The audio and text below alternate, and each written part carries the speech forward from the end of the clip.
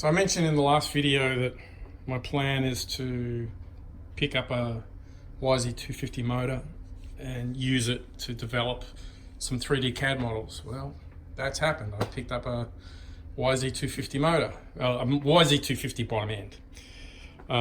It's a complete bottom end, but it's a little tight. It don't turn. So it's got some problems going on. I'm guessing it sees the crank bearings or something like that. I don't really care. I just want it to be able to pull it apart and get all the dimensions. So my plan is to do exactly that, to pull this thing down and model each component and create each component as its own part, and then build the assembly that is the motor. And from that solid model, that basically gives me the basis of the 250 engine as it sits on the bench here. But more importantly, it allows me to then start manipulating that model to see what it would take to fit the larger stroke and ultimately the larger barrel as well, the 500cc capacity into this configuration. Not sure how it's going to work out and whether or not it will all fit in, but we're about to find out. I figure the next few weeks I'll have it all modeled and I can start making the changes to that model to determine, is it doable? Is this a complete waste of time? Or, what other problems am I going to encounter? So anyway, that's kind of first job at hand is start pulling this thing down, get all the models developed from the components that are sitting here, which are all just stock Yamaha parts. And then start looking at, okay, how do I firstly fit a larger stroke into it? How do I change the transfer configuration to accommodate the larger bore and stroke? And what does the cylinder then have to look like to do the same? The other thing that I did, I'll just turn you around here, if I can. There we go. So I picked up this kit. It's from Eddie Sanders Racing out of California. And if you're not familiar with them, they do two-stroke big bore kits.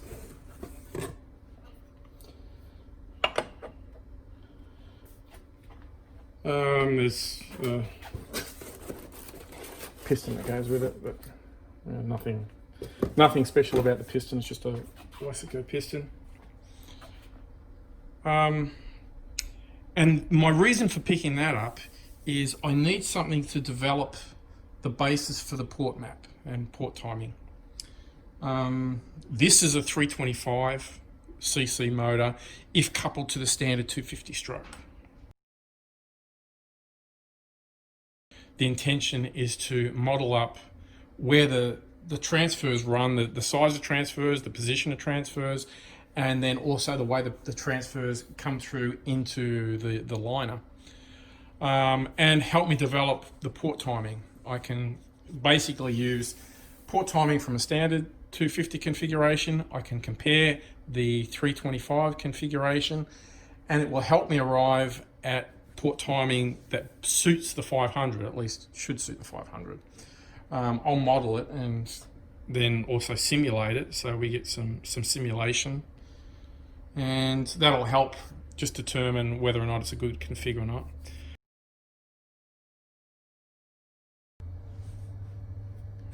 The teardown has begun. I have started stripping everything off it.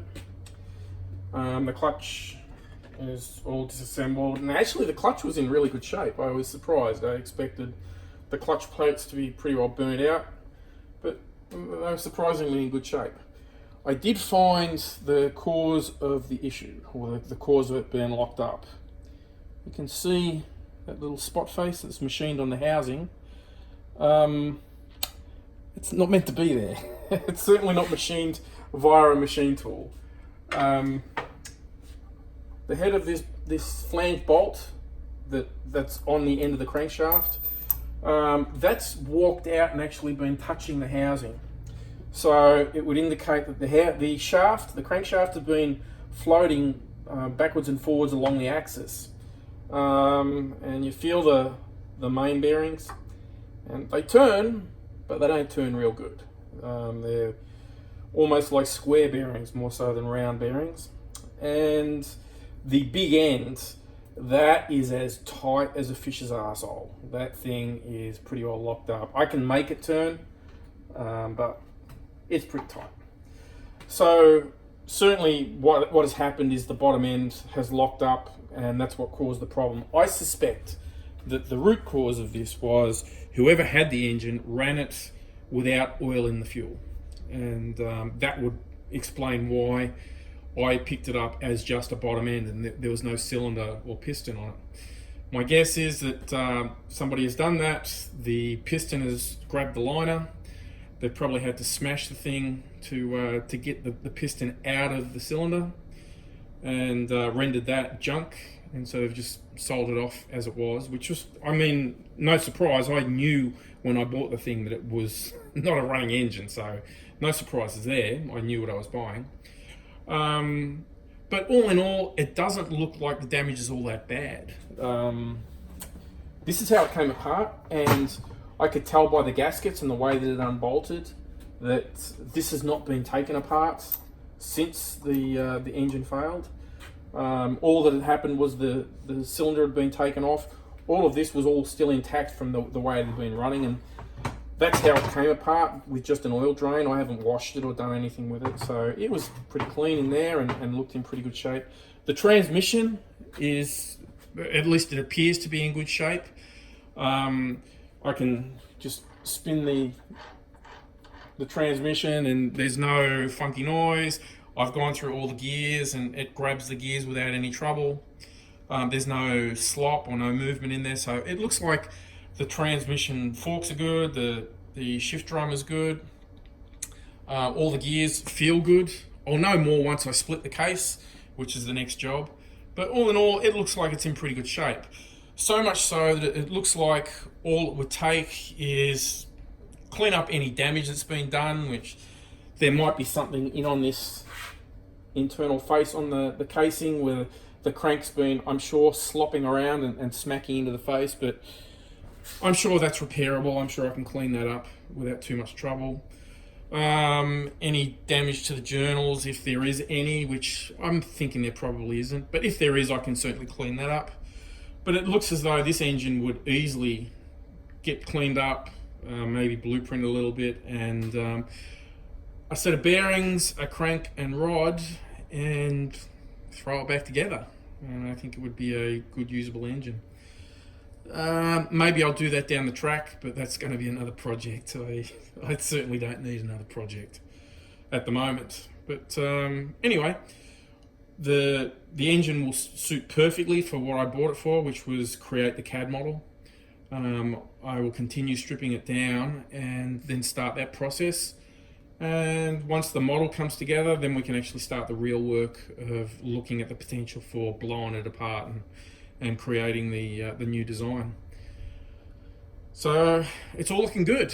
I'm anxious to get the model done and then start modifying the design. I'm really anxious to actually to get it all modeled up and basically come up with a new design so that I can start machining cases. I'm really anxious to start turning machine tools on and start machining cases. But first things first, let's get the model done. Let's make sure that it is actually going to work, because there's still a pretty big unknown or a pretty big cloud hanging over that.